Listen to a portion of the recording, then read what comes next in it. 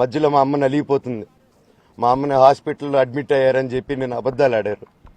హాస్పిటల్కి వెళ్ళి చెక్ చేయించుకుంది అమ్మ.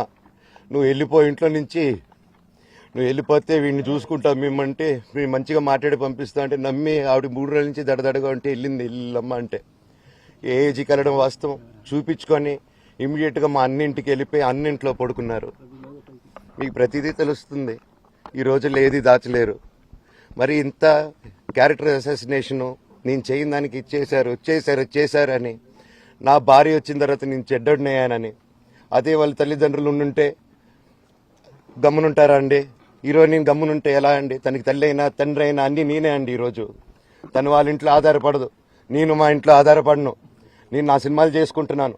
తను సొంతంగా ఒక టాయ్ కంపెనీ పెట్టుకుంది.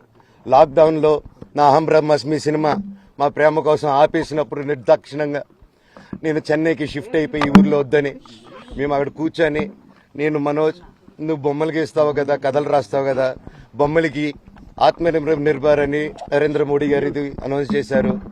ఈ బొమ్మలు నీకు బొమ్మలు ఇష్టం, పిల్లలు ఉన్నారు, మనమే క్రియేట్ చేద్దాం బొమ్మలు అంటే లాక్డౌన్లో నేను డ్రాయింగ్లు చేసి కథలు రాసుకొని నా ఫ్రెండ్స్ దగ్గర కొంచెం అప్పులు చేసుకొని మేమే పెట్టుబడులు పెట్టుకుంటూ, నా ఫ్రెండ్స్ కూడా పెద్ద కష్టపడి వచ్చిన వాళ్ళండి. వాళ్ళకున్న కొంతలో నాకు పంచుకుంటూ మమ్మల్ని కాపాడుకుంటూ ఒకరినొకరు కాపాడుకుంటూ నిలబడి ఈరోజు మనీని నిలదొక్కున్నాం అండి. నేను నా భార్య తను కష్టపడుతుంది.